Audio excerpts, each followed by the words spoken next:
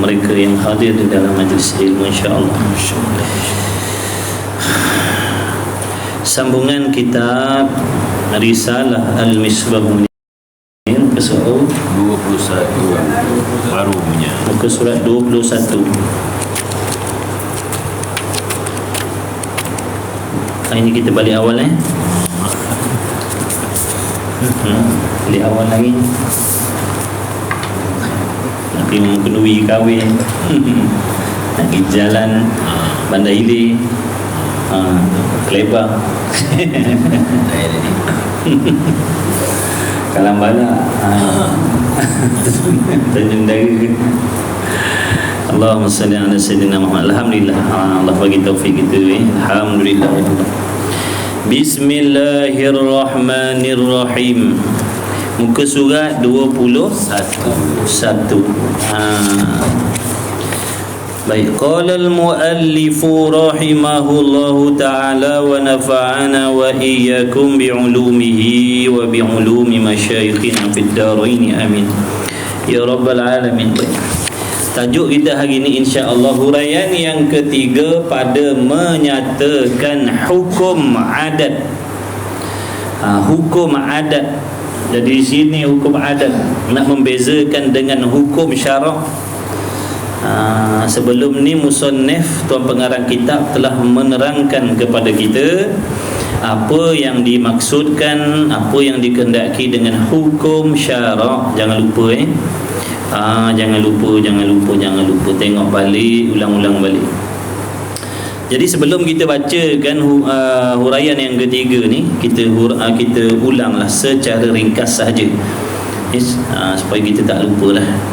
Jadi sebelum ni kita diterangkan oleh musannif apa yang dimaksudkan dengan hukum syarak. Hukum syarak. Hukum syarak itu bermaksud undang-undang ataupun keputusan yang dibuat oleh Allah ke atas diri kita yang mukallaf. Hukum syarak adalah perintah Allah. Satu lagi kena ingat, apa sahaja kelakuan, keadaan, di mana tempat, di mana waktu kita berada, kita tidak boleh lari daripada hukum syarak. Ada berapa hukum syarak? Ada 5. Yang pertamanya wajib, yang keduanya sunat, yang ketiganya haram, yang keempatnya makruh, dan yang kelimanya harus. Wajib pada syarak bermaksud perkara yang Allah perintahkan ke atas setiap laki-laki dan perempuan yang mukallaf melaksanakannya, mengerjakannya sebagai suruhan perintah yang muktamad. Itu wajib, muktamad. Siapa pun apabila Allah mewajibkan perkara itu ke atas diri dia, mukallaf tadi, maka mestilah dia kena buat. Pandai-pandailah bagikan masa supaya terlaksananya kewajipan tadi itu. Nak lari tak boleh. Kerana wajib-wajib ini paksaan daripada Allah ke atas kita. Paksaan daripada Allah ke atas kita. Kenapa dikatakan paksaan? Kerana perkara yang wajib ini sekiranya kita meninggalkan dengan sengaja, maka ada ancaman dosa dan azab daripada Allah. Ingat tu, bila sebut perkara wajib, tak boleh pilih-pilih, tak boleh pilih-pilih, mesti kena buat.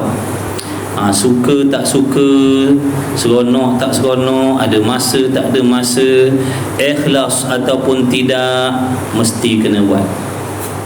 Walaupun tak ikhlas, wajib sembahyang. Walaupun tak ikhlas, wajib menutup aurat. Walaupun tak ikhlas, wajib mengaji fardu ain. Begitu.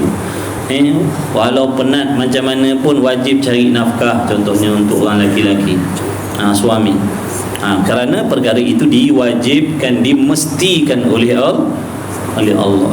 Jadi perkara wajib ni kalau buat dapat pahala, kalau tinggal berdosa. Wajib mentaati kedua ibu bapa, wajib mentaati suami. Itu wajib lah. Wajib. Jadi tak boleh pilih-pilih. Bila sebut wajib, faham baik-baik. Ramai lagi di kalangan kita yang tak faham wajib ni. Buktinya mana? Buktinya tak faham, kita pilih-pilih perkara wajib. Jadi jangan pilih-pilih. Benda wajib tak boleh pilih. Benda wajib kita tak boleh pilih-pilih. Yang boleh pilih ni tu, yang bawah tu, kejap lagi. Sunat. Benda sunat boleh pilih. Apabila perkara itu disunatkan oleh Allah, boleh pilih. Nak buat boleh, tak buat pun tak ada masalah. Cuma masa tu rugilah. Macam contoh pagi ni ada orang sembahyang sunat duha, dapatlah dia pahala, terisilah masanya dengan ibadah. Kita tak nak buat, contohnya kita tak nak buat solat duha, adakah kita berdosa? Jawabnya tidak. Itu perkara sunat. Ingat, perkara sunat boleh pilih-pilih. Nak buat boleh, tak nak buat pun boleh. Tapi kalau isteri nak buat benda sunat, kena minta izin suami dulu. Itu dia ada sangkut paut dengan suami pula. Sebab tu kalau dah kahwin kena belajar hukum macam mana dalam rumah tangga, apa yang Allah wajibkan ke atas kita isteri, apa yang Allah wajibkan ke atas kita suami, apa yang halal, apa yang haram dalam rumah tangga kita. Itu kena mengaji lah. Kalau tidak nanti kita ingkar perintah Allah. Ingkar perintah Allah. Isteri nak sembahyang sunat duha, asalnya sunat, nak buat boleh, tak nak buat boleh. Tapi bila dah ada suami, dia kena minta izin. Awak, saya nak solat duha, boleh tak? Boleh jadi waktu tu suami perlukan kita, betul? Jadi kena minta izin. Kecuali suami dia dah bagi lampu hijau, maknanya awak nak buat amalan sunat, buatlah. Tak ada masalah.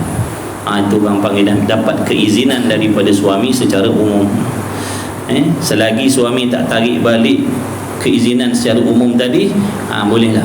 Tapi kalau suami tarik balik, nak kena minta izin semula. Gitu. Saya nak sembahyang tahajud, boleh tak? Suami kata, tak payahlah, saya ada kat rumah ni. Awak khidmat dengan saya lagi besar pahala daripada awak tahajud. Ingat tu, orang perempuan bila dia taat suami dia, pahalanya lagi besar daripada dia buat amalan sunat. Dia nak baca Quran 1 juzuk pagi ni, suami dia kata, tak apalah, awak duduklah khidmat dengan saya ni, picit-picit kaki ke, ketuk-ketuk tengah belakang pun ikutlah. Pahalanya lagi besar daripada baca Quran. Orang perempuan kena faham kalau dah ada suami lain, kalau tak ada suami itu lain. Itu sunat. Jadi sunat ni boleh pilih-pilih, nak buat boleh, tak nak buat pun tak apa. Ada pun haram. Haram ni perintah daripada Allah, tapi bukan perintah suruh buat, perintah suruh tinggalkan. Jadi Allah Ta'ala memerintahkan kepada kita mukallaf supaya meninggalkan segala perbuatan yang haram, zahir maupun batin. Zahir haram pada zahir, haram pada batin, semua kena tinggalkan.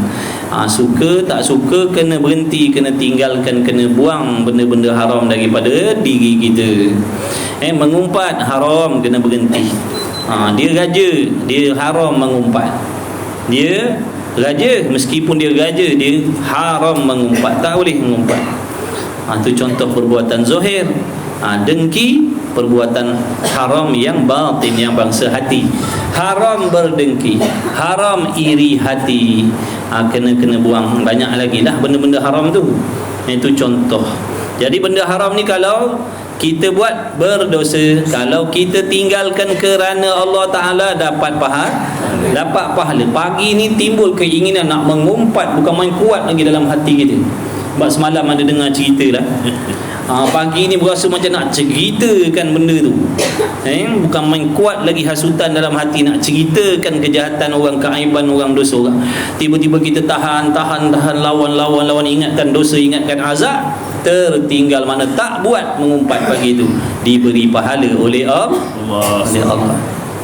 Kita ni bukan saja buat benda wajib, benda sunat diberi pahala, meninggalkan benda haram pun diberi pahala oleh Allah.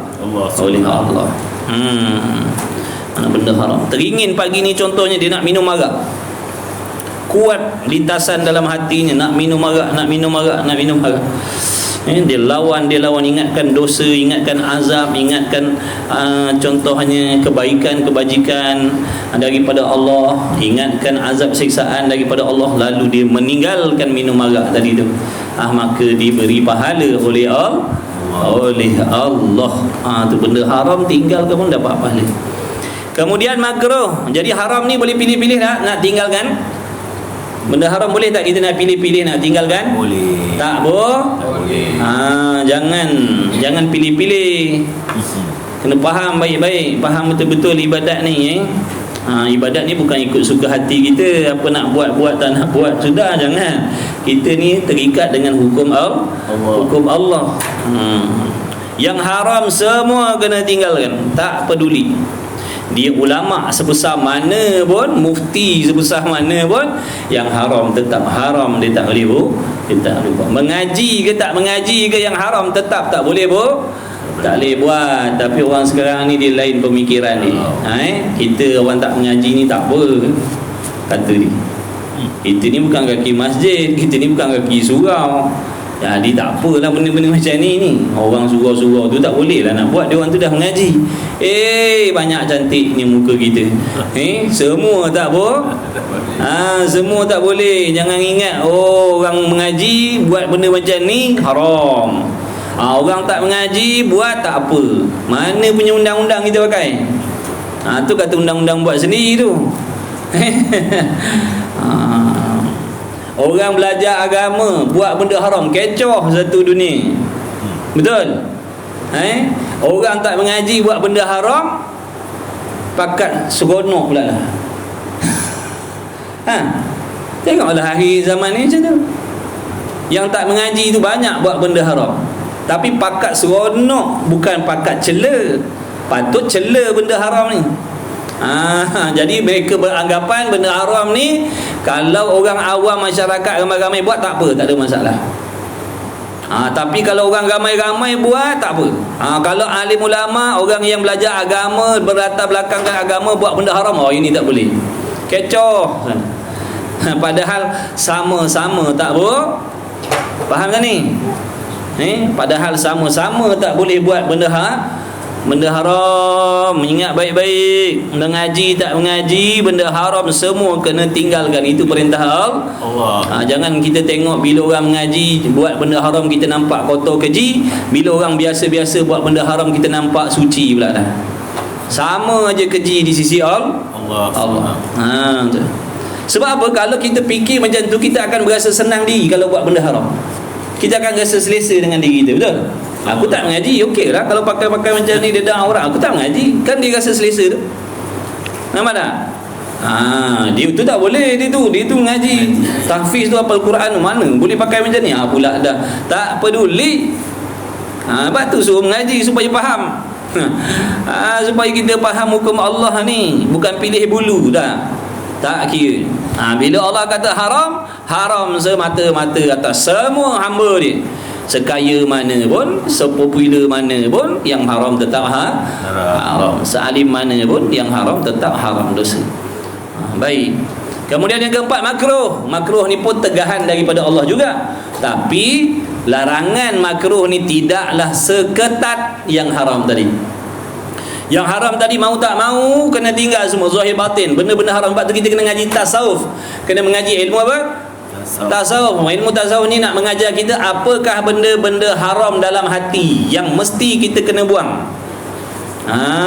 Dengki haram, bersangka jahat haram, takabur haram, riak dalam ibadat haram, ujub dalam ibadat haram, sum'ah dalam ibadat haram, cintakan dunia haram. Banyak benda-benda haram. Kita ni bila kita tak tahu, kita jauhkan yang haram yang luar ni saja. Benda-benda haram yang bangsa luar ni, jenis luaran ni kita jauhkan. Tapi haram yang dalam hati kita simpan.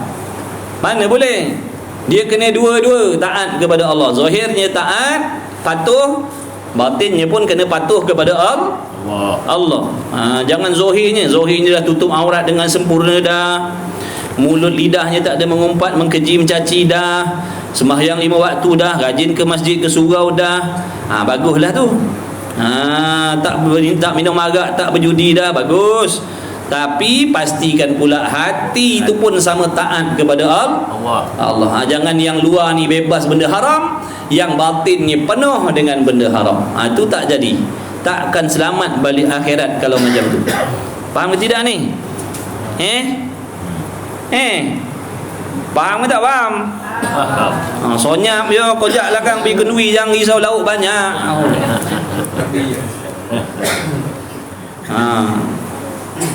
Tak tanya tu takut tak faham. Kan tak faham salah amal, nanti salahkan kita pula. Ustaz tu tak cakap pun dah tak pasal-pasal nak jawab.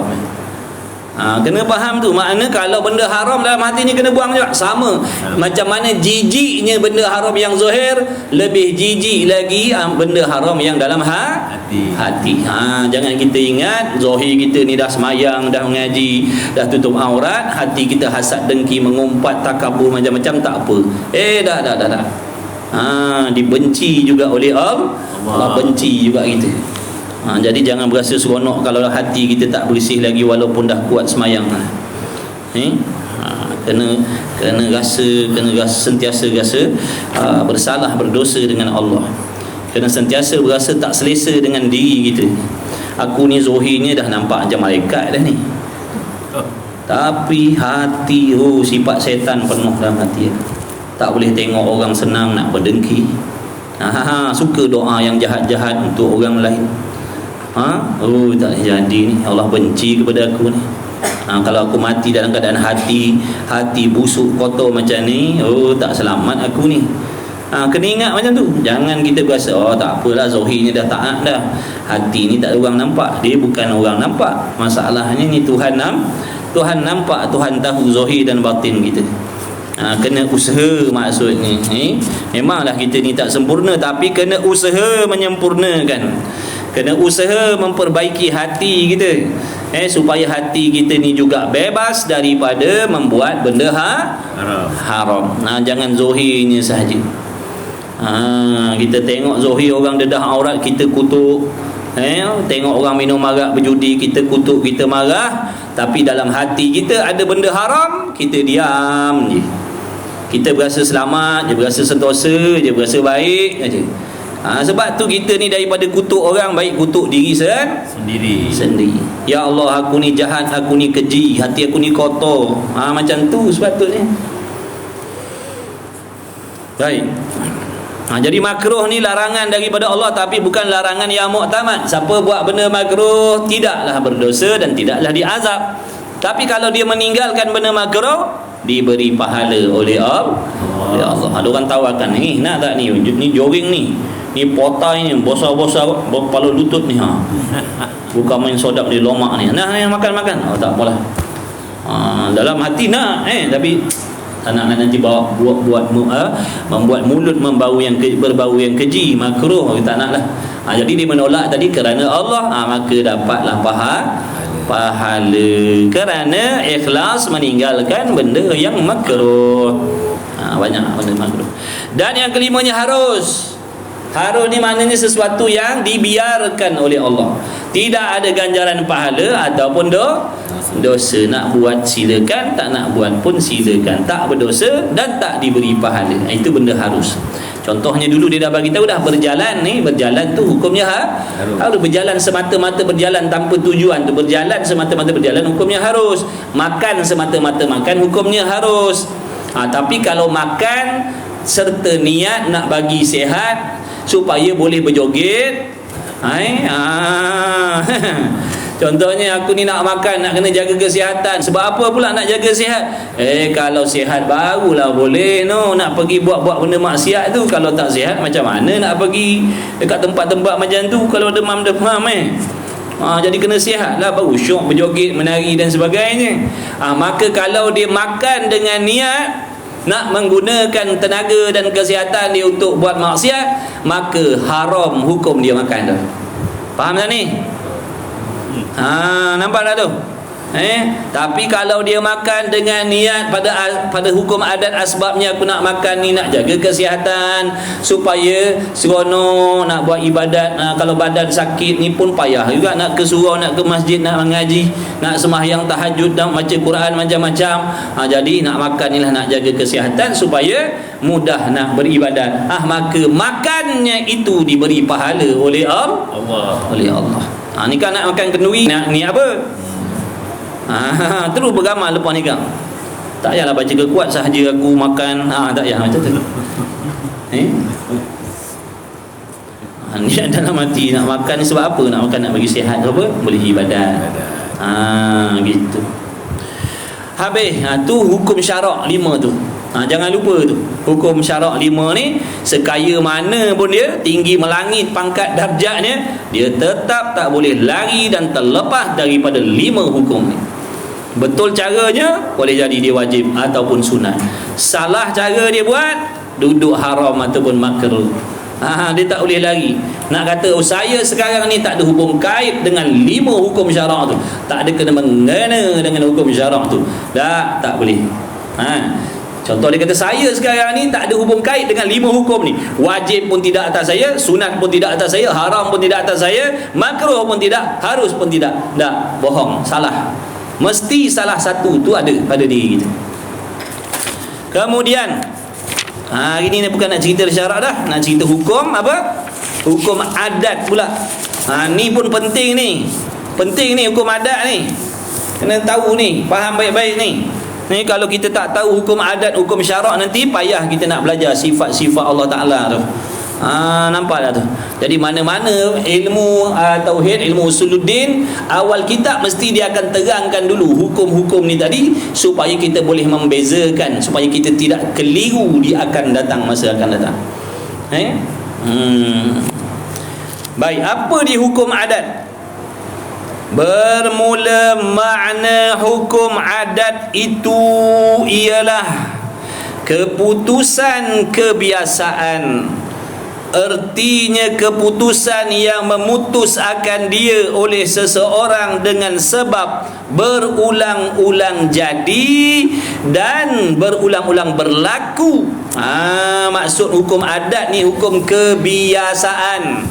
Benda yang dah biasa berlaku, benda yang dah biasa jadi, itu nama hukum adat. Bukan adat pepatih, adat temenggung, adat 5 purut, 5 sangkih, bukan.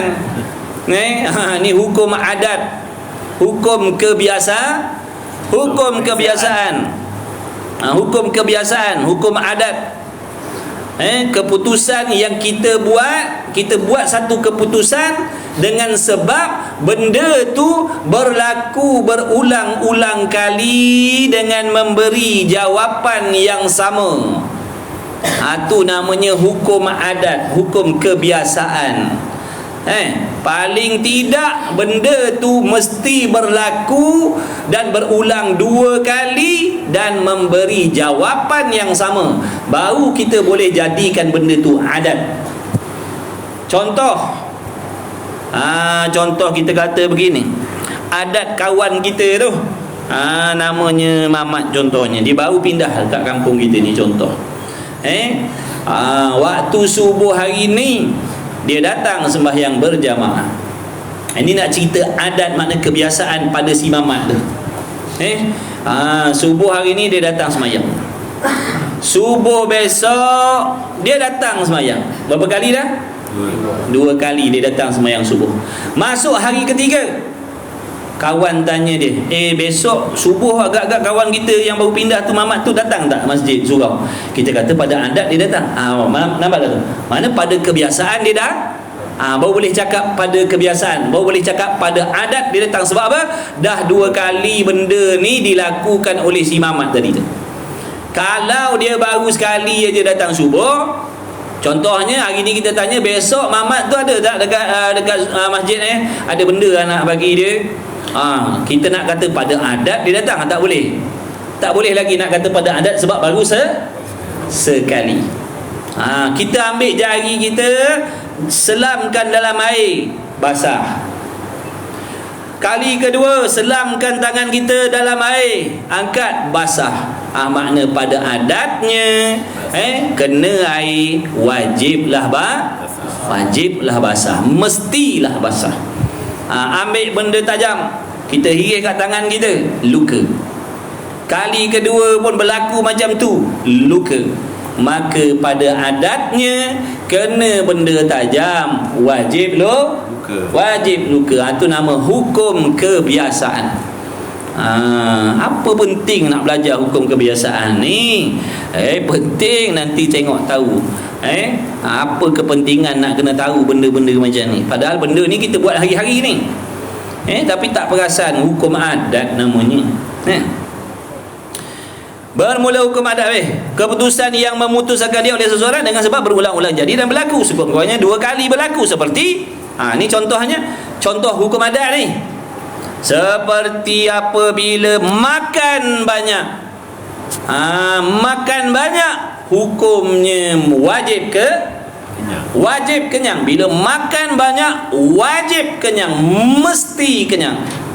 Bukan wajib ni wajib syarak, ingat bukan maksud makan banyak wajib kenyang maknanya sama dengan wajib semayang tu. Bukan, wajib semayang tu cerita hukum syarak, wajib syarak. Ini wajib adat namanya.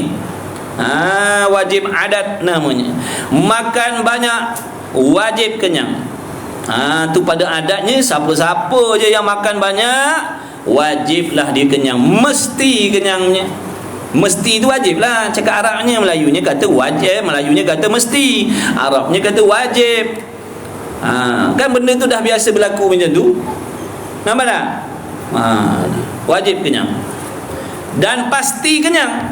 Kenapa pula dihukumkan makan banyak ni wajib kenyang, pasti kenyang? Kerana kebiasaan sudah berulang-ulang begitu. Sebab kebiasaannya begitulah. Bila makan je banyak mestilah kenyang.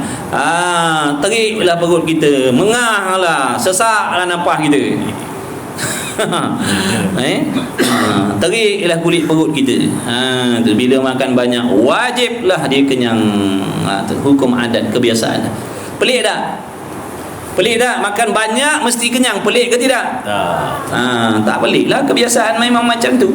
Tak payahlah nak panggil wartawan temu juga. Temu ramah. Kenapa nak tanya ni? Asal awak makan banyak tadi awak kenyang? Sila jelaskan. Tak payahlah, benda kebiasaan, tak pelik pun. Gitu. Dan umpamanya dalam kelas wajib tidur. Hukum adat ni, ngaji je tidur, ngaji je tidur. Hukumnya bila mengaji wajib bukan tempat sini lah, tempat lain lah. Itu hukum adat tempat-tempat lain. Tempat sini tidak, ini wajib jaga sini. Tempat lain bila ngaji je wajib tidur. Ini yang dekat online ni pun belum percaya ni dia orang. Dia buka telefon dia terlelap tu. Kita tak nampak dia. Dia nampak kita. Tak apalah. Tu hukum adat kebiasaan. Mengaji je tidur. Hukum adatnya bila mengaji wajiblah tidur. Hukum adat ni. Dan umpamanya dan berlaku adat dan berlaku kebiasaan. Contohnya kena air mestilah basah, wajib basah.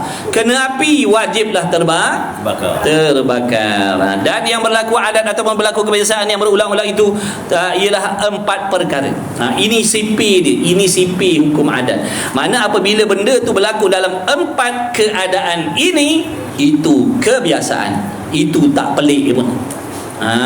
Bila benda tu berlaku, sesuatu tu berlaku dalam situasi ini, 4 situasi ini yang dia nak bagi tahu ni CP dia ni.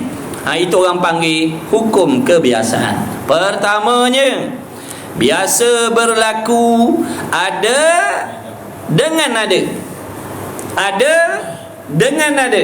Contohnya mana? Ada makan, ada kenyangnya. Ada makan, adalah ke? Adalah kenyang. Biasalah tu, tak pelik lah tu, betul lah tu, ada makan ada kenyang. Gitu. Yang kedua, biasa berlaku, yakni pada adatnya berlaku, pada kebiasaannya berlaku. ada dengan tiada. Contohnya mana? Seperti ada panas. Ada panas. Oh, ya panas ni. Kenapa ada panas ni? Dengan tidak mandi, dengan tiada betul tak? Panas sebab tak mandi. Pelik ke tidak? Tak pelik lah. Panas sebab tak mandi. Okey lah tu. Betul dah tu. Yang peliknya panas sebab mandi. Itu pelik tu. Panas. Gila mandi. Baru lepas mandi ni. Panas. Macam mana ni? Ada mandi tapi ada mandi tapi ada panas ni. Ni pelik ni. Ini menyalahi kebiasaan ni. Tapi kalau panas sebab tidak mandi, itu biasalah. Yang ketiganya biasa berlaku, yakni pada adatnya, pada kebiasaannya berlaku. Tiada dengan tiada. Contohnya mana? Seperti tiada sejuk dengan tiada mandi. Betul tak? Tak sejuk sebab tak mandi. Betul ke tidak? Tak sejuk sebab tak mandi. Iyalah. Betul lah dah tu. Tak payahlah nak pelik. Tak sejuk sebab tak mandi. Itu adat lah. Kebiasaan memang macam tu. Dan keempatnya biasa berlaku tiada dengan ada. Seperti tiada lapar dengan ada makan. Tak lapar. Sebab apa tak lapar? Sebab dah ada makan tadi. Jadi tak pelik. Itu namanya hukum kebiasaan dan seumpamanya daripada perkara yang berlaku serta berulang-ulang. Itulah di 4 perkara yang dikatakan adat atau kebiasaan yang berlaku dan kebiasaan jadi. Dan hukum adat itu terbahagi. Ia hukum adat kepada 3 bahagian. Pertamanya, wajib pada adat. Dulu kalau hukum syarak terbahagi kepada 5. Ni hukum adat terbahagi kepada 3 bahagian. Yang pertamanya dipanggil wajib pada adat. Yang pertamanya wajib pada adat, dan yang keduanya mustahil pada adat, dan yang ketiganya harus pada adat. Jadi hukum adat ada 3, hukum syarak ada 5. Jaga baik-baik ni dah berapa bulan lagi ni? 24 hari bulan. 30 hari bulan ada peksa. Jangan lupa ulang kaji. Ada ujian peperiksaan akhir tahun. Jangan main-main ngaji sungguh-sungguh. Jadi wajib pada adat, dan yang keduanya mustahil pada adat, dan yang ketiganya harus pada adat. Baik, apa yang dimaksudkan wajib pada adat? Ni dia nak terang, dengar baik-baik. Bermula wajib itu, yakni wajib pada adat itu, ialah barang yang pasti jadi. Makna sesuatu perkara yang mesti berlaku, mesti jadi, mesti berlaku, dan pasti berlaku pada kebiasaannya. Seperti makan banyak, maka wajib, yakni pasti ataupun tentu kenyang. Kita kias yang lain. Kalau kena pisau tajam, wajib luka, wajib cedera, mesti cedera. Kalau kena apa lagi? Kena api, tu ada tu kat bawah tu. Dan apabila bakar dengan api, maka tentu dan pasti hangus dan seumpamanya. Kena air, mestilah basah, wajiblah basah. Kena air, kena api, wajib terbakar. Itu namanya benda yang menjadi kebiasaan, wajib pada adat. Dan mustahil pada adat itu. Kadang-kadang kita ni berjumpa ataupun mendengar benda-benda yang dikatakan pelik. Sebab apa panggil pelik? Kerana benda tu menyalahi adat. Kerana perkara yang jadi itu menyalahi hukum kebiasaan. Contohnya, si Polan ni terjatuh dalam air. Pada adatnya basah ke tidak? Pada adatnya mestilah basah. Tiba-tiba dia naik daripada laut tadi, kering, tak basah-basah pun. Maknanya benda yang berlaku pada dia tadi, benda yang menyalahi hukum adat. Nampak tak tu? Benda yang menyalahi hukum kebiasaan. Sebab kebiasaan mestilah basah. Tiba-tiba dia tak basah lah pula. Orang panggil apa tu? mustahil pada adat. Boleh faham? Mustahil pada adat lawan bagi wajib pada adat tadi. Mustahil pada adat namanya, mustahil pada hukum kebiasaan namanya. Tapi kita kata apa? Bila kita dengar cerita macam ni, kita cakap apa? Pelik. Pelik. Satu lagi, tak masuk akal. Betul? Salah tu perkataan. Jadi fasik. Jadi jangan cakap tak masuk akal. Yang sudah. Jadi fasik. Kalau benda-benda yang menyalahi hukum kebiasaan ni, kita kata tak masuk akal, jadi fasik. Bila kita sebut tak masuk akal, itu dah melibatkan hukum akal yang lagi akan datang kita belajar. Pada akal kita boleh terima benda tu berlaku. Tadi tu si polat tu jatuh dalam air laut, bangun kering gontang. Akal kita boleh terima, boleh masuk akal, bukan tak masuk akal. Akal kita yang waras ni boleh percaya benda tu. Sebab apa? Yang menjadikan itu Allah. Siapa yang membasahkan pakaian kita? Air ke Allah? Nampak tak? Jadi pelik ke, payah ke Allah Ta'ala nak jadikan benda macam tu? Nampak tak tu? Jadi pada akal kita boleh tak terima Allah nak buat orang tu jatuh dalam air tapi tak basah? Boleh tak akal kita terima? Boleh ke tidak? Jawab le, nak berhenti dah ni. Boleh. Boleh ke tidak? La ilaha illallah. Wallahu alam kang. Pakak-pakak pergi makan kenduri kang. Allah kuasa tak nak buat kena air tapi tak basah, boleh tak? Boleh. Jadi masuk tak akal kita? Masuk. Jadi lain kali jangan kata tak masuk akal, dia jumpa pelik-pelik. Faham tu? Jadi fasih agak macam tu. Dan kadang-kadang boleh jadi kaki tu. Bila benda pelik-pelik ni, benda yang menyalahi hukum adat ni, kalau kita kata tak masuk akal, kadang-kadang jadi fasik, kadang-kadang boleh jadi murtad, kafir. Faham tak tu? Contohnya mana? Mukjizat para nabi dan para rasul. Yang dikatakan mukjizat ni benda yang menyalahi hukum adat. Ada tak orang pada kebiasaan boleh nak membelah bulan? Boleh. Kebiasaan mana boleh? Mustahil. Tapi apa yang berlaku di sisi Nabi kita Muhammad SAW, mukjizat. Nabi membelah bulan. Tiba-tiba kalau kita dengar mukjizat Nabi membelah bulan, kita kata tak masuk akal cerita ni, kafir, jadi murtad. Sebab tu penting tadi tu. Sebab tu saya kata bukan main-main. Tok guru ni dia letak dalam kitab ni hukum adat, hukum akal, bukan saja-saja, tuan-tuan. Kalau tak penting dia tak isi. Kalau benda tak hubung kait dengan akidah, dia tak sebut dalam ni. Ni yang disuruh kita belajar ni, supaya kita tahu. Jangan asalkan pelik, asalkan menyalahi adat, kita belasah tak masuk akal, tak masuk akal. Takut-takut nanti sampai ke mukjizat Nabi Rasul pun kita kata tak masuk jangan main-main. Kalau benda yang berlaku pada orang yang kebiasaan selain Nabi, selain Rasul tadi, contoh macam tadi tu kawan kita si Muhammad terjun dalam laut, bangkit tak basah, kita kata tak masuk akal, tu tak jadi murtad. Sebab benda tu bukan mukjizat pada dia. Itu hukum adat je. Pada seseorang yang biasa, kita kata itu mustahil pada adat, kita kata tak masuk akal ni. Tapi salah sebenarnya, tak masuk akal, jadi fasik. Sepatutnya jawab macam mana?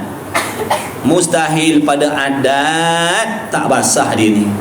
Patut cakap macam tu. Kerana pada adatnya, pada kebiasaannya wajib basah. Wajib basah, mesti basah. Ni tiba-tiba tak basah. Bila tak basah, kita kata mustahil pada adat. Mustahil pada adat tak basah tu. Ni tiba-tiba kita kata tak masuk akal, jadi fasik. Kalau mukjizat Nabi dengan peristiwa Isra' wal Mi'raj, Nabi naik ke langit, Nabi daripada Mekah ke Palestin, tak sampai berapa minit sampai dah Palestin. Kalau nak ikut hukum adat berjalannya berbulan-bulan, tiba-tiba Nabi tak sampai pun 1 jam sampai ke Palestin. Bila dia dengar benda tu, dia kata macam tak masuk akal cerita ni, jadi kafir. Nampak tak tu? Bahaya tak belajar ni. Jadi jangan selesa dengan kebodohan kita. Jangan selesa dengan kejahilan kita terhadap agama, jangan. Kerana kejahilan terhadap agama ni ada kala merosakkan ibadat, kadang-kadang merosakkan akid. Itu yang paling bahaya sekali. Tak pasal-pasal. Ngaji dah, ngaji.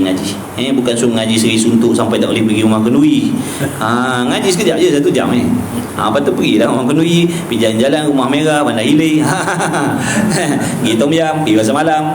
Boleh. Bukan suruh duduk surau mengaji daripada muda sampai ketua. Ngaji lah. Alhamdulillah lama-lama banyak benda kita faham, banyak benda yang kita dapat tahu. Banyaknya silap aku.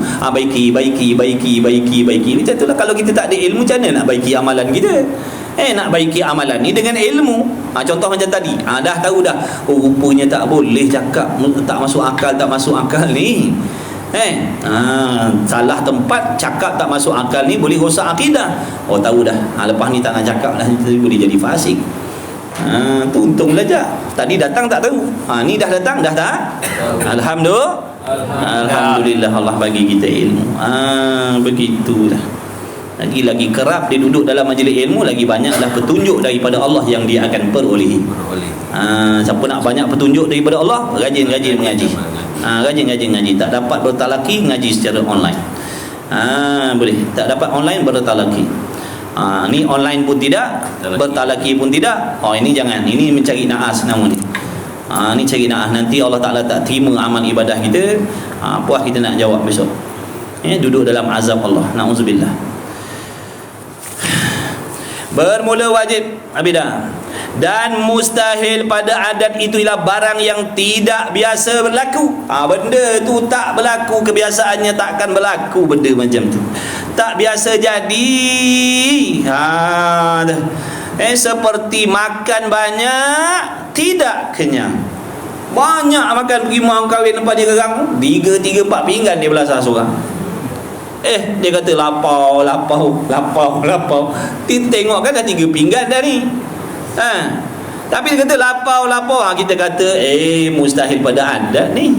Ni pelik pada adat ni. Sebab pada adatnya kalau dah 3 pinggan ni wajiblah kenyang. Tiba-tiba dia tak kenyang pula dah. Kita kata mustahil pada adat. Jangan cakap tak masuk akal. Ada pocik kat kampung kita ni, dia tanam pokok pisang, keluar buah anggur. Pada adatnya mustahil. Mana boleh tanam pisang keluar buah pisang pada adatnya. Tiba-tiba Allah Ta'ala nak bagikan dia kelebihan, contohnya dengan kehendak Allah, keluar buah anggur. Anggur merah, anggur hijau keluar daripada pokok pisang yang dia tanam. Kita dengar pula cerita tu. Kita kata mustahil pada adat, tapi pada akal boleh kerana Allah yang menjadikan tu. Betul? Air tukar jadi orang. Betul? Biasa tak jumpa? Kita lah, siapa lagi? Kan kita asalnya air. Betul? Allah ubah jadi manusia. Nampak? Pelik ke tidak? Dah? Tak pernah jumpa pula dah. Diri kita lah. Apa masalahnya Allah Ta'ala nak keluarkan buah tu daripada pokok pisang? Kalau dah daripada air mani Allah tukar jadi manusia, boleh bawa kereta, boleh bawa motor, yang macam-macam lagi. Nampak tu kekuasaan Allah. Apa nak boleh? Annahu ala kulli syai'in qadir. Dia maha kuasa atas tiap-tiap perkara mungkin. Dia nak keluarkan emas daripada pokok pisang tu pun boleh. Kopek-kopek kulit pisang, emas. Boleh tak dia nak buat? Boleh. Kuasa tak Allah nak buat? Kuasa. Tapi pada adatnya mustahil. Pada adat tak berlaku. Tapi kalau berlaku, akal boleh terima. Allah innama amruhu idza arada syai'an ay yaqula lahu kun fayakun. Kalau dia nak benda tu jadi ya. Dia nak keluarkan pokok pisang daripada pokok pisang tu buah daripada emas. Apa nak boleh? Ikut dia. Daripada tak ada makhluk dijadikan ada makhluk. Apa masalah nak keluarkan benda-benda tu daripada pokok pisang contohnya? Cuma pada adat mustahil, tapi pada akalnya harus. Akal boleh terima benda tu kerana duduk di bawah kekuasaan Allah. Macam tu baru nampak ngaji. Ini asalkan pelik je tak masuk akal. Pelik aja tak masuk akal. Mana pergi akal kita tu?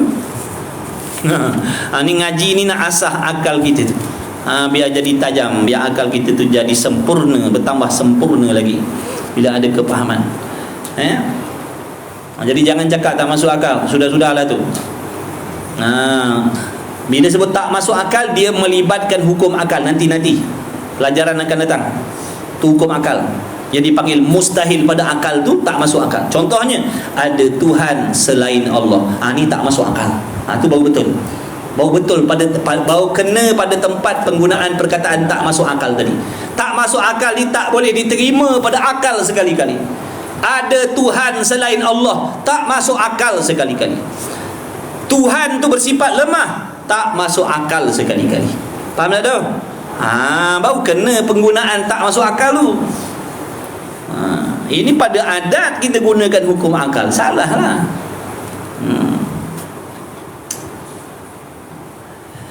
Dan mustahil pada adat itu ialah barang yang tidak biasa berlaku dan tidak biasa jadi, seperti makan banyak tapi tidak kenyang. Itu mustahil pada akal. Mustahil pada adat namanya.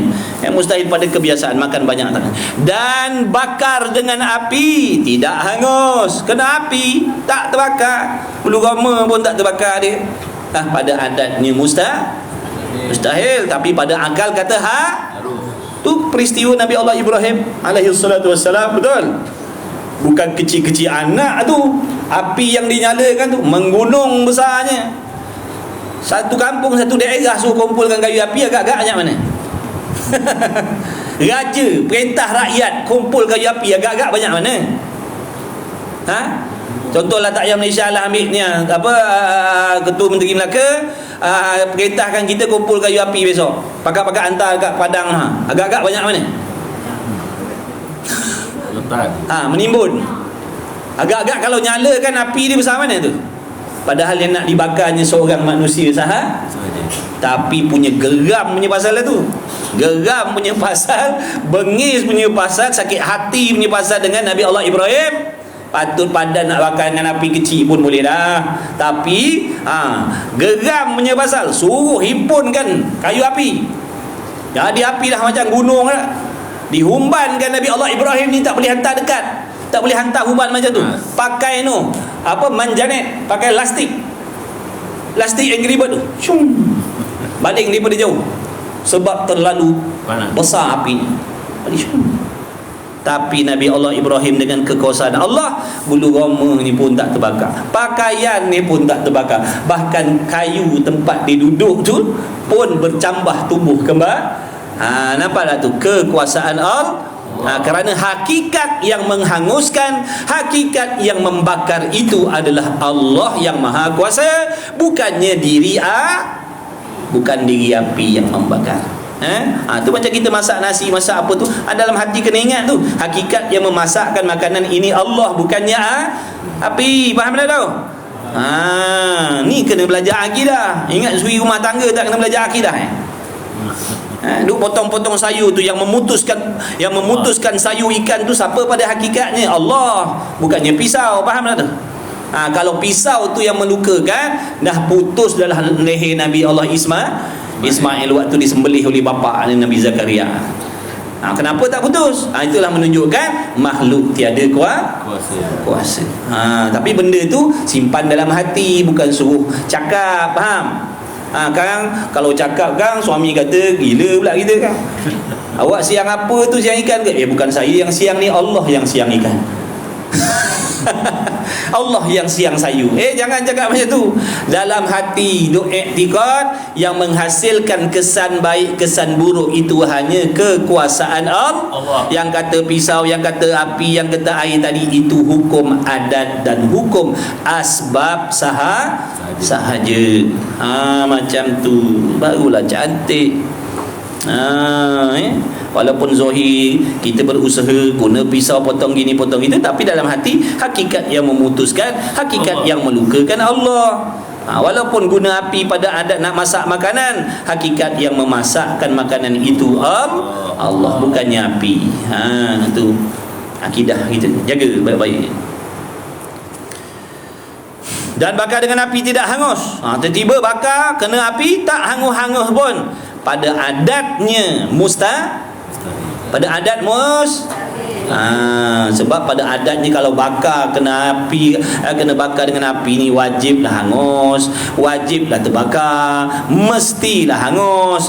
Ni tiba-tiba tak hangus, tak terbakar pula, dipanggil apa? Mustahil pada adat. Jangan kata tak masuk akal pula.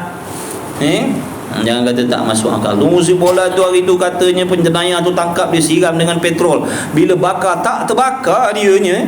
Dia kata tak masuk akal cerita ni. Jangan tak masuk akal. Harus pada kalau nak kata akal, harus pada akal. Bila dengar benda pelik-pelik, harus pada akal. Jangan kata tak masuk akal. Dan umpamanya daripada perkara yang tiada biasa jadi dan tiada biasa berlaku. Baik, orang kubur kat dalam mana kubur? Kat atas kan? Depan kan? Kubur kat depan. Pada adatnya kalau dah tanam balik tak? Yang dah tanam-tanam tu pada kebiasaannya balik ke tidak? Tiba-tiba balik seorang. Tiba-tiba balik seorang. Kita kata apa tu? Mustahil apa? Mustahil pada adat. Tapi akal boleh terima tak? Akal boleh terima. Dia kata arwah tu kan dah 30 tahun mati dah. Apa dia masalah Allah nak hidupkan balik? Ke Allah tak kuasa? Kuasa ke tidak? Kuasa. Besok kan ke kita ni nanti dibangkitkan semula oleh Allah di hari kiamat besok. Padahal dah tak ada apa dah, tulang belulang dah tak ada dah, tapi Allah hidupkan kembali sama seperti macam mana kita sekarang ni. Jadi apa nak menjadi kebelikan kalau Allah Ta'ala nak menghidupkan balik orang-orang saudara mara kita yang dah mati 50-60 tahun tu? Kalau Allah nak jadikan, nak hidupkan balik, boleh ke tidak? Boleh. Pada akal boleh terima ke tidak? Boleh. Tapi pada adat mustahil. Makna pada kebiasaan tak berlaku pun macam tu. Tengah duduk ngopi-ngopi ngetik-ngetik depan maghrib, balik. Perasan tak yang kat depan ni? Ini bukan arwah tu. Disiap pakai name tag ni, takut orang tak kenal. Saya bawa tu Nissan. Bawa tu Nissan, duduk kedai kopi lepas maghrib. Ini macam arwah ni. Siap batu Nissan dia buat tu. Ini dari meninggal 15 tahun lepas ni. Dia kata memang aku lah. Apa aku nak beli ni? Aku datang ni bagi tahu engkau betapa azabnya aku kat dalam kubur tu tak mengaji. Ni kau lepak-lepak kedai kopi tak mengaji ni, nanti kau kena azab macam mana aku diazab oleh Allah. Mustahil tak Allah nak buat macam tu? Tidak mustahil. Tidak mustahil. Akal boleh terima benda tu. Cuma pada hukum kebiasaan, hukum adatnya mustahil. Adat kata mustahil, akal kata harus. Dan harus pada adat itu beda.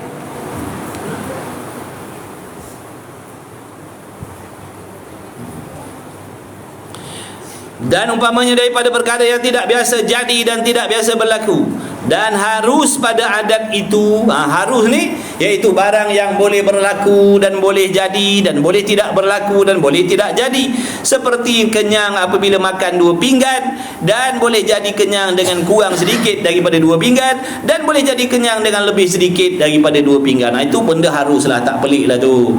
Dia kata tadi aku dah kenyang dah, makan 2 pinggan sikit lah. Tak pelik lah.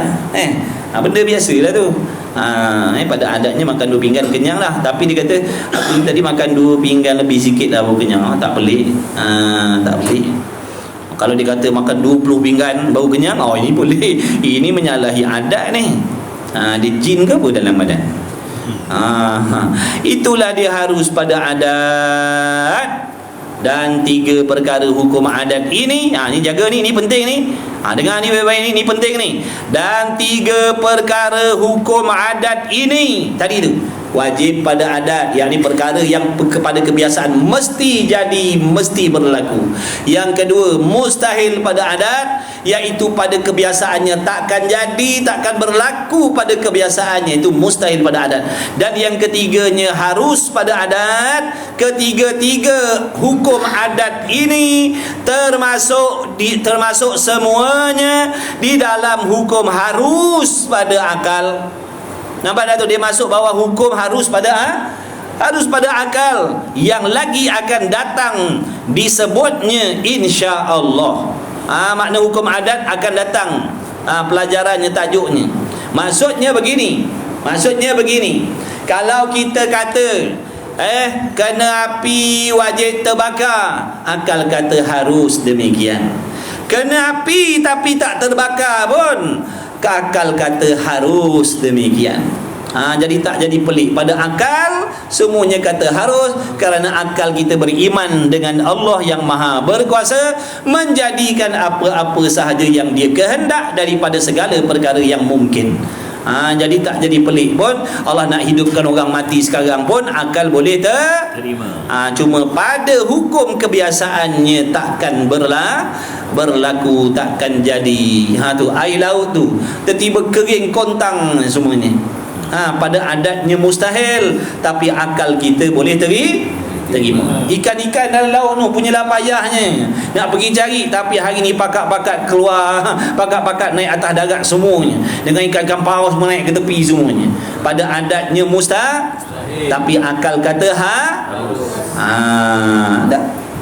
tu je lah. Ni kali bila tengok benda pelik-pelik, jangan celupah mulut kita, tak masuk akal. Harus pada akal, kerana semuanya ini dijadikan oleh Allah.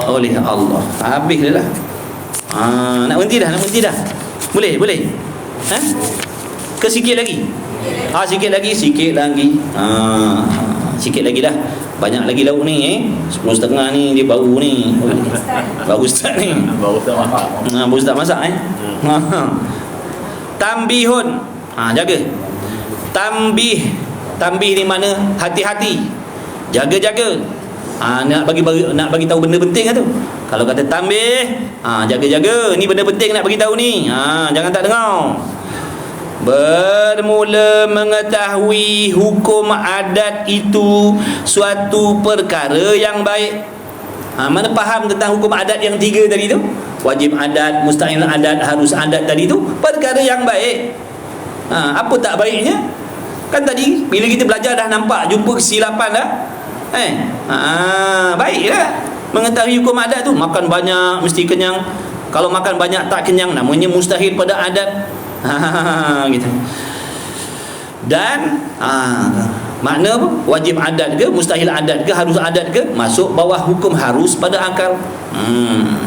Jadi bermula mengetahui hukum adat tu suatu perkara yang baik dan bagus. Kenapa baik, kenapa bagus pula mengetahui, mempelajari, memahami hukum adat ni? Kerana ni alasan dia, elak dia. Sebab apa dia kata? Dia kata mempelajari, mengetahui hukum adat itu satu perkara yang baik, yang bagus. Kerana orang yang tiada mengetahui akan dia itu, mana orang yang tak tahu, yang tak faham tentang hukum adat itu, terkadangnya jadi fasik. Ni yang kita sebut tadi, nampak tak tu? Jadi fasik. Apa makna fasik? Fasik ni maksiat, mudahnya. Fasik ni tergelincir daripada taat kepada Allah. Sebab tu tak semayang jadi fasik, dedak aurat jadi fasik, tak belajar berdoa jadi fasik. Jadi banyak benda jadikan kita ni fasik. Tak bertaubat daripada dosa besar jadi fasik. Mengekalkan buat dosa kecil jadi fasik. Fasik ni lawannya adil. Kita nak mati sebagai orang yang adil di sisi Allah. Kita tak nak mati dalam keadaan kita fasik dengan Allah. Fasik ni tak elok maknanya. Jangan kita mati sebagai orang fasik. Murtad lebih-lebih lagi. Fasik pun jangan. Fasik ni makna orang yang tidak taat kepada Allah, orang yang tergelincir daripada ketaatan terhadap Allah. Jadi ini di antara benda yang menjadikan kita fasik juga. Bila kita tak tahu, tak belajar, tak faham tentang hukum adat ni, kadang-kadang jadi fasik. Mana contohnya? Seperti mengata seseorang dengan wajib adat itu dengan wajib pada akal, ditukarkan pula, dia tertukar. Benda ni perkara yang wajib pada adat, dia bertukar wajib pada akal pula dah. Wajib pada akal belum belajar lagi. Akan datang Contohnya mesti ada Allah, tu wajib pada akal. Allah mesti kuasa, tu wajib pada akal. Tuhan hanya satu, tu wajib pada akal. Misalnya seorang yang memotong akan suatu tali dengan pisau yang tajam. Dia ambil pisau tajam, ada tali, dia potong. Tiba-tiba tidak putus tali itu. Tiba-tiba pisau tu tadi tak boleh nak memutuskan tali tadi tu. Padahal tajam pisaunya. Diimport luar negara. 350 sebilah harga dia. Potong taknya putus tali rapia. Lalu dia pun bercakap, tak ada perkataan tu, kita tambah. Bukan cakap mana pula ni. Tu kita tambah lah, nak bagi sedap sikit bunyi dia.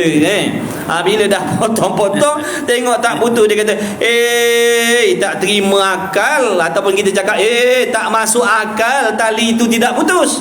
Jadi fasik cakap macam tu. Ni dia bagi contoh benda pelik lah ni. Ataupun potong leher kambing ni contohnya. Potong-potong taknya luka kambing tu. Ketawa kambing. Dia ejeknya kita macam tu. Kita kata peliknya, tak masuk akal ni. Kenapa tak luka kambing ni punya leher ni, tak putus leher kambing ni? Kita kata tak masuk akal. Jadi fasik. Jadi fasik.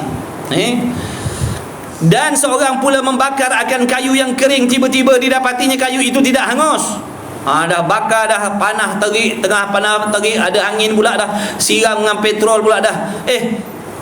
Sentuhkan dengan api, tak terbakar. Kalau kayu basah tu lain lah, ni tak kering kontang, tiba-tiba tak hangus. Lalu berkata, tak terima akal, kayu itu tak hangus. Makna tak masuk akal ni. Dia cakap macam tu sebab dia tengok pelik tadi tu. Kerana pada adatnya mesti terbakar, tiba-tiba tak terbakar pula. Dia kata tak masuk akal. Maka jadi fasiklah orang yang cakap macam tu. Lepas ni jangan goreng ikan tak masak-masak, goreng ikan tak masak-masak sampai habis tong gas, sampai habis gas. Tukar gas lain, tak masak-masak ikan tu. Kita kata apa tu? Mustahil pada adat ni. Biasa tak sampai 15 minit dah masak dah ikan lah. Dan kadang-kadang ikan ni dia lambat masak sebab kepala dia tu kita temukan. Kepala dia kita temukan dan kuali tu, dia kena satu kepala sini, satu kepala belakang. Kalau tidak dia berborak. Jadi bila dia berborak, lambatlah masak, faham? Tu betul. Kalau nak ikan cepat masak, ikan nak cepat masak, kepala ni seekor ke darat, satu ke baru. Tu. Kalau kepala dia letak dua-dua macam tu, kalau dia bersembang memang lambat dia masak cepat. Nidah ni memang betul-betul lambat masaknya sebab tadi tu perkara pelik ni tadi. Jadi dia kata tak masuk akal ikan ni tak masak ni. Jangan kata tak masuk akal jadi fasik. Nanti kakak kata mustahil pada adat tak masak ni. Tapi pada akal kata apa?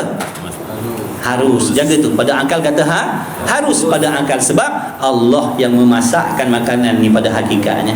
Tapi Allah tak kehendak nak memasakkan. Masaklah kot mana pun, gunalah api apa pun. Kalau Allah tak kehendak nak memasakkan, taknya masak-masak sampai bila itu pada hakikatnya. Dan seorang pula membakarkan kayu kering dan tiba-tiba dia dapati kayu itu tidak hangus, lalu berkata ia tak terima akal kayu itu tidak hangus. Maka adalah orang yang berkata seperti itu jahil. Jahil mana tak pandai, tak tahu dengan hukum adat, dan terkadang menjadi kufur, kadang-kadang jadi murtad. Kufur tu kadang-kadang jadi murtad sebab tak tahu hukum adat tadi tu. Nampak dah tu, bahaya juga tak tahu hukum adat ni. Kalau jadi fasik tu boleh kira lagi lah, masih beriman lagi. Tapi kalau silap gaya, boleh jadi kufur, jadi murtad, terkeluar daripada agama Islam. Faham tu? Contohnya mana? Seperti mengingkarkan mukjizat nabi-nabi. Mukjizat ni apa? Mukjizat ni perkara-perkara yang menyalahi hukum kebiasaan. Semua mukjizat tu semua menyalahi hukum adat. Air keluar di celah jari Nabi SAW yang mulia. Mana nak keluar air daripada jari kita ni? Pada adatnya takkan berlaku, tapi berlaku di sisi Nabi kita Muhammad SAW. Sampai sahabat semua kenyang minum. Punya banyaknya air yang keluar daripada jari Nabi SAW. Jadi tiba-tiba bila dia dengar cerita macam tu, dia kata tak masuk akal cerita Nabi ni. Kafirlah dia, na'udzubillah. Nampak tak?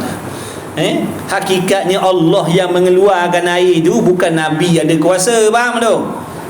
Nabi tak ada kuasa, dia sama manusia macam kita juga. Dia tak ada kuasa, yang berkuasa ni hanya Allah. Tu yang membelah bulan di langit tu, hakikat yang membelah itu Allah, bukannya kuasa Nabi. Yang membelah lautan tu Nabi Musa tu, hakikatnya Allah lah yang memisahkan air laut tu, bukannya kekuasaan Nabi Musa. Faham? Allah kata, ketukkan, pukulkan tongkat pada air tu, Allah belahkan, bukakan jalan ni. Nampak tak? Jadi hakikat yang memisahkan air laut tu sehingga boleh berjalan Nabi Allah Musa dengan pengikut dia tu, Allah. Allah perintahkan, balingkan kayu tongkat tu. Bila Nabi Isa, Nabi Musa balingkan tongkat dia, Allah yang mengubah daripada kayu tu bertukar menjadi ular. Bukan Nabi tu ada kuasa dah.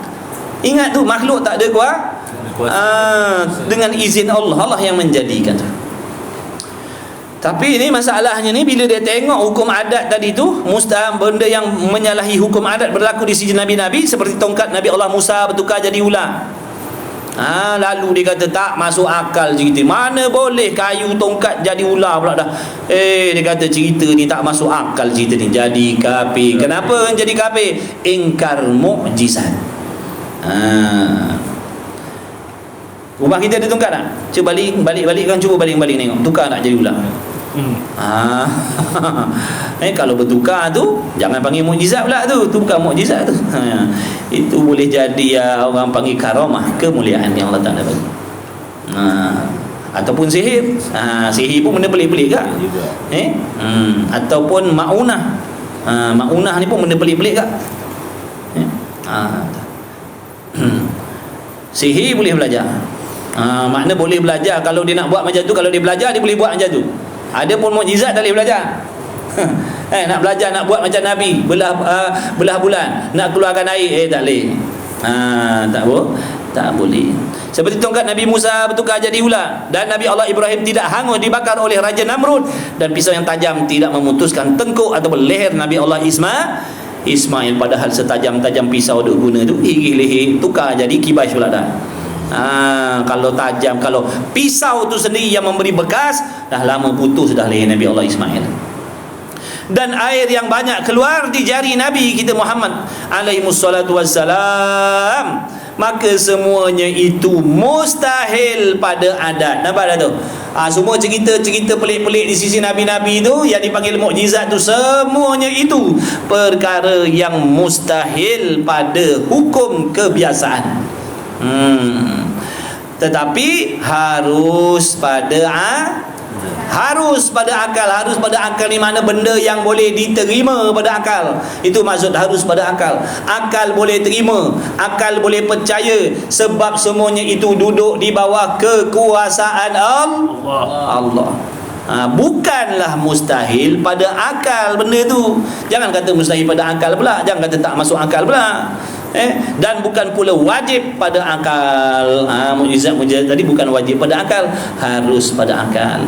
Wal yata'ammal, maknanya hendaklah kamu perhati sungguh-sungguh apa yang dah dibicarakan tadi. Perhati balik supaya tidak keliru, supaya soalan ni dia baca. Apa hukum percaya pada saka? Saka, percaya pada saka maksudnya macam mana tu? Kita percaya ada saka. Kejadian. Saya percaya ada saka. Saka ni benda ada. Samalah, wajib percaya adanya jin, wajib percaya adanya syaitan. Kerana benda tu disebut oleh Allah dalam Quran. Yang salahnya gini, mempercayai jin, syaitan ataupun saka tadi memiliki kuasa yang boleh memberi mudarat. Tu kafir. Ada pun saka, memang benda itu wujud, makhluk Allah. Orang dulu-dulu dia suka berdamping dengan makhluk-makhluk macam tu, buat perjanjian, kau tolong jaga kebun pisang aku ni. Kau tolong, ada perjanjian dia. Perjanjian dia, waktu pisang masak kau ambil dah 2 biji contohnya. Lalu jin tu pun tadi setujulah, sebab jin tu suka makan pisang. Contohnya jin tu terima tawaran dia. Bolehlah Tapi jin tu pun bagi syarat. Bagi syarat. Mana ada syaratnya. Gini lah, kita mana tahu. Tapi saka ni memang benda wujud di alam jin sana tu. Macam bunian-bunian tu benda ada. Alam ghaib. Jangan tak percaya pula, benda tu ada. Dia duduk dalam golongan tu lah, makhluk ghaib tu. Kalau orang tak percaya, aku tak percaya ada jin, aku tak percaya ada syaitan, rosak akidah. Sebab dalam Quran sebut adanya jin, adanya syaitan. Tiba-tiba dia tak percaya. Bila dia tak percaya, maknanya dia ragu dengan Al-Quran. Yang salahnya, jangan meletakkan kepercayaan kepada jin ataupun syaitan itu ada kuasa memberi mudarat pada diri kita makhluk. Itu yang tak boleh. Wallahu a'lam.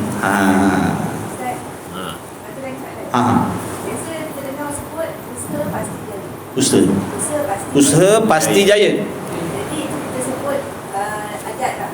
Pada adat. Tapi kita jangan letak yang kita mesti kita. Betul. Betul lah tu. Maknanya hukum ni nama akidah. Sebab tu kita belajar akidah ni benda dalam perut kita. Supaya apa yang kita cakap tadi tertapis di dalam hati kita.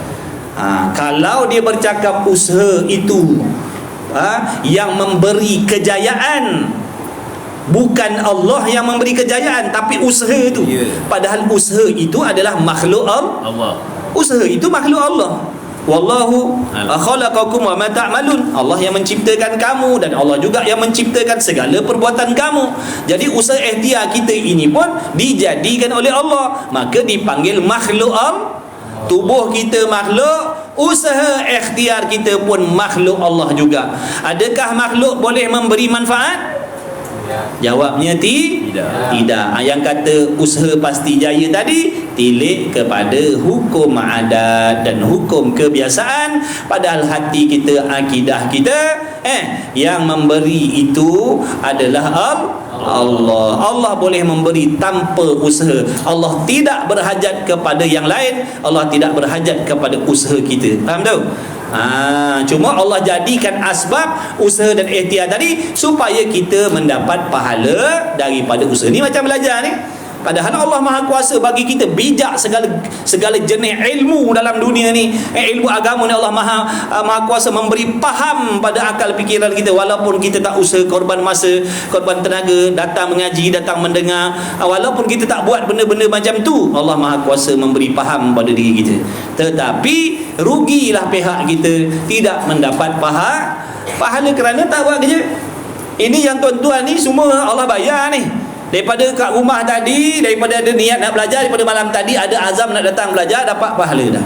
Pagi tadi duduk bersiap begini begitu, jalan kaki, naik motor dan sebagainya, korbankan apa? Penat, letih, tenaga, perasaan, semua tu Allah akan bayar. Takkan tertinggal. Walau sekecil apapun pengorbanan hamba untuk mentaati perintah Allah, semuanya akan diberi balasan baik oleh Allah. Jadi jangan kita berasa penat, jangan berasa sia-sia, sebab semuanya itu akan dibayar oleh Allah. Wallahu a'lam. Bismillahirrahmanirrahim. Alhamdulillahirabbil alamin wassalatu wassalamu ala rasulillah. Allahumma rabbana fa'na bima 'allamtana, rabbana 'allimna alladhi ma yanfa'una, rabbana faqih ahlana wa qarabati lana fi dinina ma li kutri wa dzakar wa sallallahu ala sayyidina Muhammad. Alhamdulillahi rabbil alamin. Taqabbalallahu minni wa minkum, minna wa minkum, taqabbal ya karim. Kedui.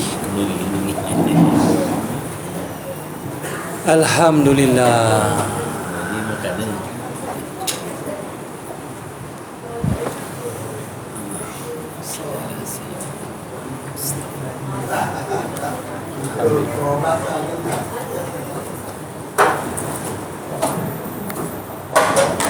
Terima kasih Abang Jas.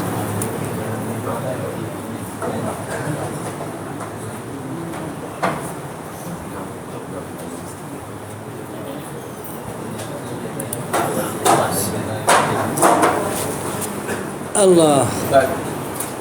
Tanya boleh? Boleh orang tanya. Soalan jawapan tak tahu lagi ada ke tidak?